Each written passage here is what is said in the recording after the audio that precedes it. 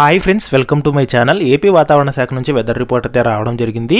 నైరుతి బంగాళాఖాతంలో ఏర్పడిన ఉపరితల ఆవర్తనం కారణంగా ఈరోజు ఏ జిల్లాల్లో వర్షాలు కురవబోతున్నాయి, దానికి సంబంధించిన పూర్తి ఇన్ఫర్మేషన్ అనేది వీడియోలో అయితే తెలుసుకుందాం.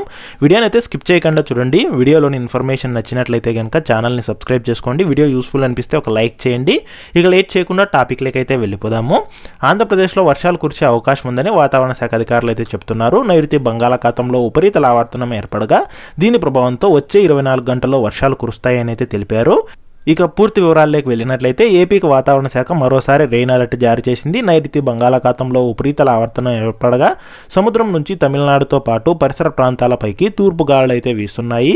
ఇక గాలుల ప్రభావంతో దక్షిణ కోస్తాంధ్రలో అక్కడక్కడ వర్షాలు అయితే కురిశాయి. ఇక నేడు కూడా దక్షిణ కోస్తా, రాయలసీమల్లో అక్కడక్కడ వర్షాలు కురిసే అవకాశం ఉందని అమరావతి వాతావరణ కేంద్రం అధికారులు అంచనా అయితే వేస్తున్నారు. ఉత్తర కోస్తాలో పొడి వాతావరణం ఉంటుందని అయితే తెలిపారు. ఏపీలో ఈ రోజు పలు జిల్లాల్లో వర్షాలు కురుస్తాయని ఇక ఏపీ విపత్తుల నిర్వహణ సంస్థ తెలిపింది. ముఖ్యంగా ఎన్టీఆర్, గుంటూరు, బాపట్ల, పల్నాడు, ప్రకాశం, నెల్లూరు, కర్నూలు, నంద్యాల, వైఎస్ఆర్ కడప, అన్నమయ్య, చిత్తూరు, తిరుపతి జిల్లాల్లో పలు ప్రాంతాల్లో మోస్తరు నుంచి తేలికపాటి వర్షాలు కురిసే అవకాశం ఉందని అయితే పేర్కొనింది.